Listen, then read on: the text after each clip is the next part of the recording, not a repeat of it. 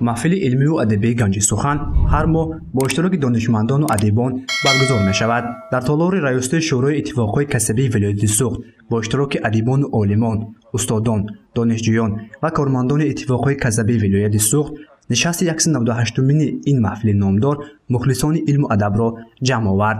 نشست مذکور با ابتکار و دستگیری رهبریت شورای اتفاقهای کسبی ولایت سوخت صورت گرفت. در سخن افتتاحی خود رهبر این محفل ادبیاتشناس سید عمران سیدوف ذکر کرد که این دفعه دوستداران علم و ادب از اتفاقهای کسبه و محفل پیوستند و می‌خواهند منبع نیز در نشست‌ها شرکت ورزیده از سخنرانی‌های عالمان و ادیبان بهره مند گردند.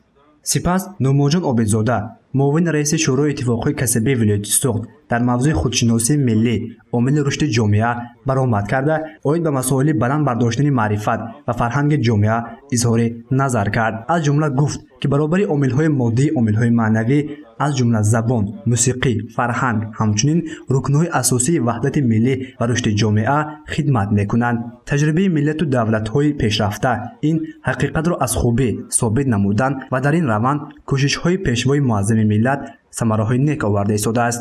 بابا جان غفورов با این اقدام نیک و زحمت پربهایشان نه تنها صحیفه‌های تاریخ رنگین ملت تاجیک و مردم ما را همچنین همزبانان ما و هم تاریخ و راه طی کرده خلق‌های ازبک و قرغیز و قزاق و ترکمن را تا اندازه به خواننده آشنا نمودند.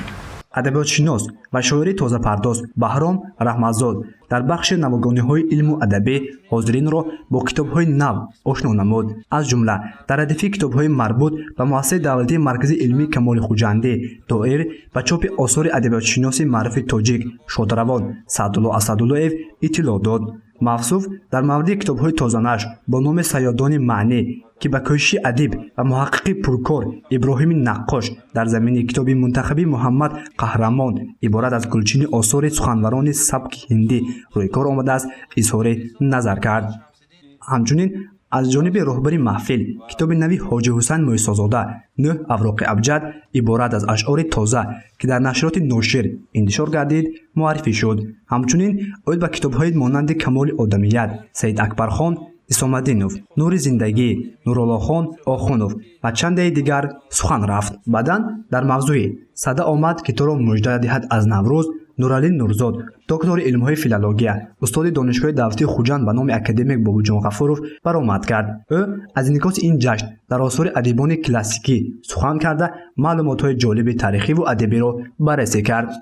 حکیم بزرگ و دانا میگوید که از آن گریه که برخورد با خرد دیگر از راه رمز معنی برد.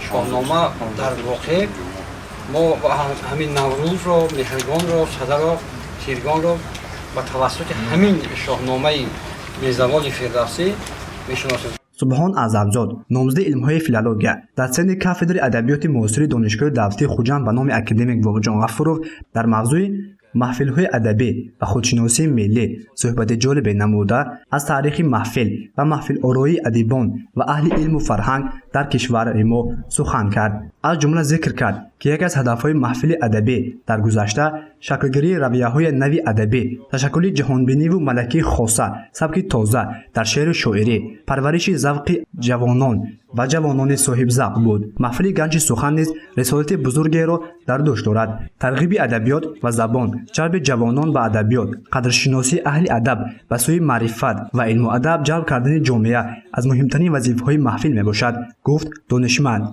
حاجی حسین موسی‌زاده برآمد کرده اوید به ارزش محفل گنج سخن اظهار نظر نمود و چند غزل تازه خود را از کتاب تازه‌نشر برای حاضرین اهدا نمود. سرور محفل در پایان محفل بار دیگر در مورد چاپ نوبتی کتاب ارمغان گنج سخن که بخشیده به نشست 200مین آن در نظر داشته شده است سخن کرده از ادیبان و عالمان خواهش ارسال مقاله و نمونه‌های ایجادی اشان را نمود.